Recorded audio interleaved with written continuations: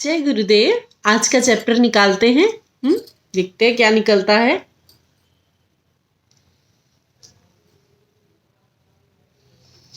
परिवर्तनशील संसार पे निकला है। गुरुदेव कहते हैं, जब मन प्रसन्न होता है तब यह विस्तृत होता है, तब समय भी बहुत छोटा लगता है। जब मन दुखी होता है, यह संकुचित होता है, तब समय भी बहुत लंबा प्रतीत होता है। जब मन समचित है, स्थिर है, तब यह काल के परे है।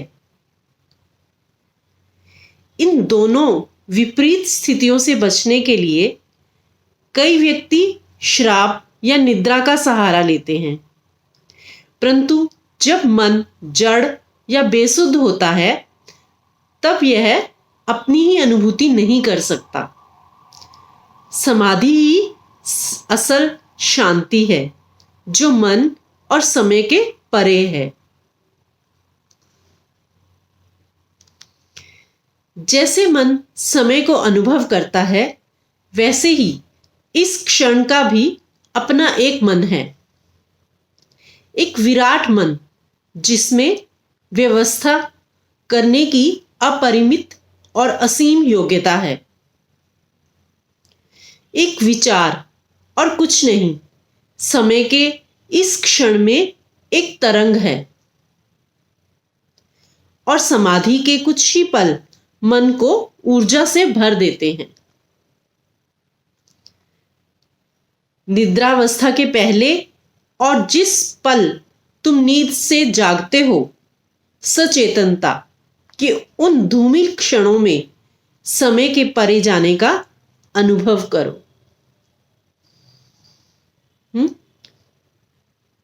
क्या बोल रहे हैं गुरुदेव? कहते हैं हम सब समय से उस स्थिर रहना चाहते हैं, मन को प्रसन्न रखना चाहते हैं, है ना। तो उसके लिए कई व्यक्ति तो शराब का सहारा लेते हैं या फिर सो जाते हैं, है ना, कि थक गए हैं, अब काम कुछ नहीं है, एनर्जी डाउन लग रही है, तो सो जाते हैं। तो वो कहते हैं, गुरुदेव कहते हैं, इस जब हम सो जाते हैं, बेसुध हो गए या फिर शराब पिया उसमें बेसुध हो जाते हैं, तो फिर उस स्थिति में तो हमें कुछ पता ही नहीं चलता, कुछ अनुभूति ही नहीं होती है ना, कुछ एकदम खत्म, वो कुछ भी नहीं। तो असल अगर शांति हम प्राप्त करना चाहते हैं तो हमें कैसे प्राप्त कर सकते हैं? हम जब ध्यान करते हैं, ध्यान में ही हम असल शांति को अनुभव कर सकते हैं।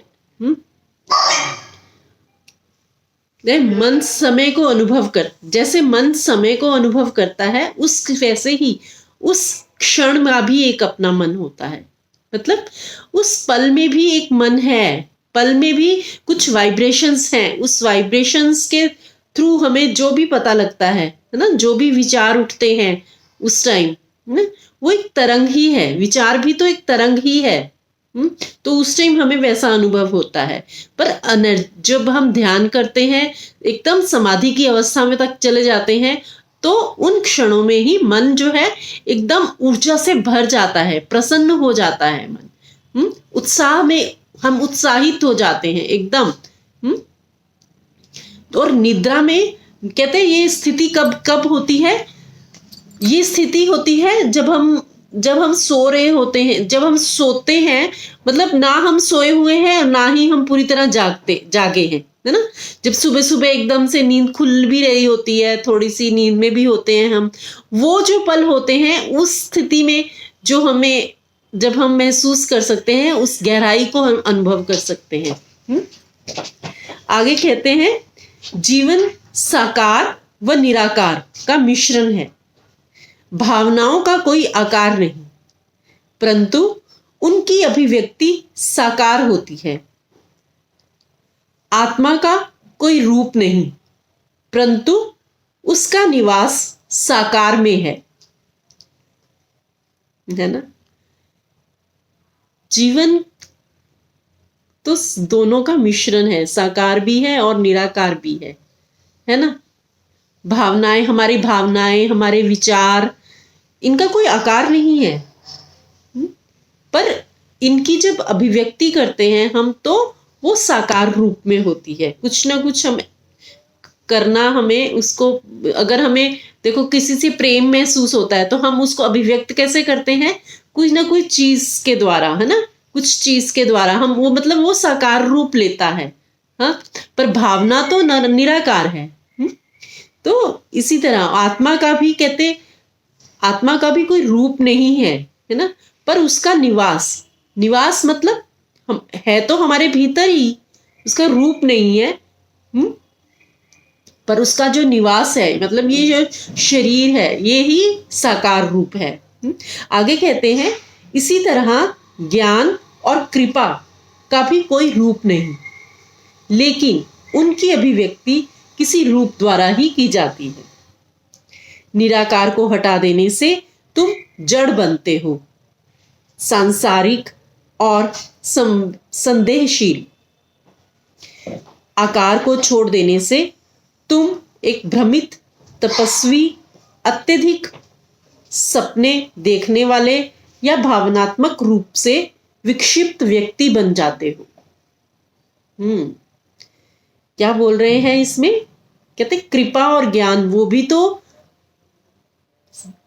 अभिव्यक्त होता है, ऐसे तो कोई रूप नहीं है उसका भी, है ना, पर वो अभिव्यक्त होता है साकार रूप में ना कोई हमें वो देता है, हमें किसी भी तरह कोई गुरु बनता है, वो हमें वो प्रदान करता है, ज्ञान देता है हमें, है ना, कृपा देते हैं। कृपा क्या हमें महसूस होती है जब हमारे काम होने शुरू होते हैं, है ना, हम खुश रहना शुरू करते हैं, तो ये कृपा का ही अनुभव है ना, लाइफ में प्रचुरता का होना। कहते निराकार को हटा देने से तुम जड़ बनते हो।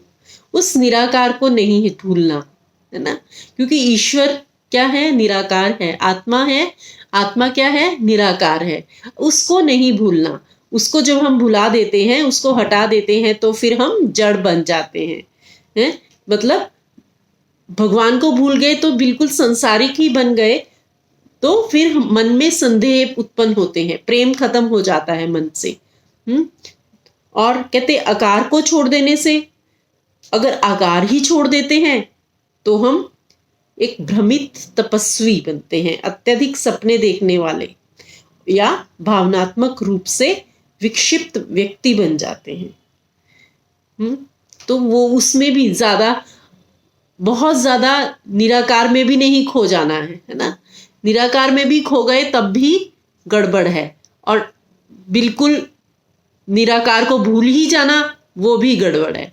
मतलब हमें दोनों में बैलेंस बनाना है। थोड़ा भगवान को मानना भी है और संसार में भी रहना है ना, दोनों ही तरफ हमें बैलेंस रहना है अपनी लाइफ में। तभी वो संसार जो है परिवर्तनशील है ना, तभी पता लगता है, ताकि दोनों तरफ हमारा बैलेंस बना रहे, थोड़ा भाव भी रखते रहें और उस प्रभु को भी याद करते रहें और संसार के भी काम करते चले। तो ये कितना सुंदर सा चैप्टर था, एक डिफरेंट टाइप का। तो आज इतना ही करते हैं। जय गुरुदेव।